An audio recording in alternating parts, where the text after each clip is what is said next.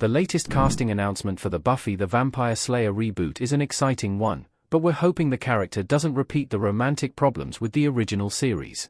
Earlier this week, Deadline revealed that actor Kingston Verns was joining the Buffy sequel series as Carson, whom protagonist and Vampire Slayer Nova, Ryan Kara Armstrong, has a crush on. Prior to Verns, several other Buffy reboot cast members were announced, including Farley Rakoto Havana as Hugo, Ava Jean as Larkin, Sarah Bock as Gracie, Daniel D.I. Tommaso as Abe, and Jack Cutmore Scott as Mr. Burke.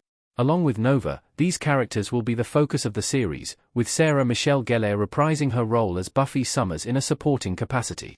Carson, the object of the introverted Nova's affections, is described as a junior Olympian and popular student at New Sunnydale Academy, who starts noticing her after a life-changing event.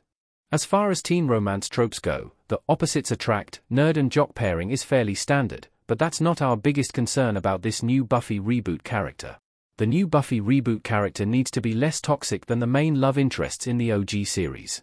Angel, Riley and Spike all treated Buffy horribly. As exciting as it is for our new Vampire Slayer to have a love interest, I'm really hoping that Carson is someone who is worthy of Nova's love and affection. The original series had some excellent romantic partners, Tara, Ounce, etc., but Buffy's relationships were some of the most toxic on the show. First, there was her great love, Angel. Even putting aside Buffy and Angel's age gap, there's the whole storyline in which he lost his soul after they slept together, which dominated Season 2. Yes, we got Angelus the Big Bad, who was a huge step up from Season 1's The Master. However, looking at this from a modern lens, it's as if Buffy was punished for having sex, especially with the way Angelus brutally tormented her for episodes on end. Here's hoping Nova's romantic storylines are much more sex-positive. After reformed bad boy Angel, Buffy dated Riley, a nice guy. Riley was definitely not well received, more on that later, and, in what seems like the show's desperate bid to make him more interesting, they gave him a storyline in which he paid female vampires to bite him, and, when Buffy caught him, he turned the tables on her and made her the villain. Again, toxic. Of course, then there's Spike. This time, the show made it blatantly obvious that Buffy and Spike's relationship was destructive, but it led to a storyline so disturbing, it's the one Buffy episode one refused to rewatch. When it came to romance, the series just loved to kick Buffy when she was down. I'm not expecting the reboot series Carson to be Prince Charming. That would be dull.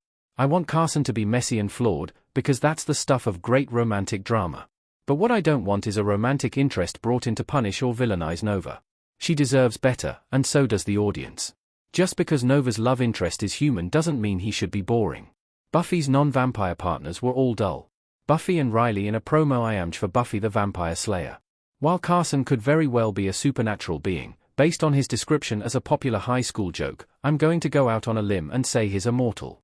This is great because, given Buffy's penchant for fanged creatures of the night, it means the reboot isn't following the original show too closely.